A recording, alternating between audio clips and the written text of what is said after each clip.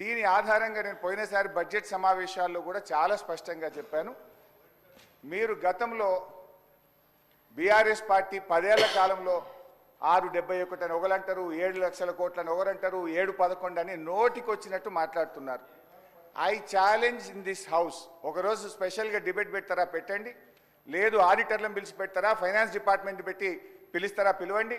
I want to prove 10 ఏళ్ల BRS కాలంలో జరిగిన మొత్తం అప్పు కేవలం 4,17,496 మాత్రమే. కానీ గోరంతలు కొండంతలు చేసి గోబల్స్ ప్రచారం చేసేటువంటి ప్రయత్నాన్ని ఈ సభ ద్వారా నేను తీవ్రంగా ఖండిస్తూ ఉన్నాను. గతంలో గౌరవనీయులు బట్టి విక్రమార్క గారు ఎన్నికల ముందు ఆదాయాన్ని సమకూర్చడంలో కాంగ్రెస్ పార్టీకి అపారమైనటువంటి అనుభవం ఉంది, హామీలన్నీ నెరవేర్చడం మాకు పెద్ద సమస్యే కాదు అని ఎన్నికల ముందు చెప్పారు. వీడియో కూడా ఉంది, కావాలంటే పంపిస్తాను. ఇప్పుడు అధికారంలోకి వచ్చిన తర్వాత ఏమైంది, ఏడాది అయింది, హామీలు ఎప్పుడు అమలు చేస్తారంటే అప్పుల పేరు చెప్పి తప్పించుకునేటువంటి ప్రయత్నం చేస్తున్నారు.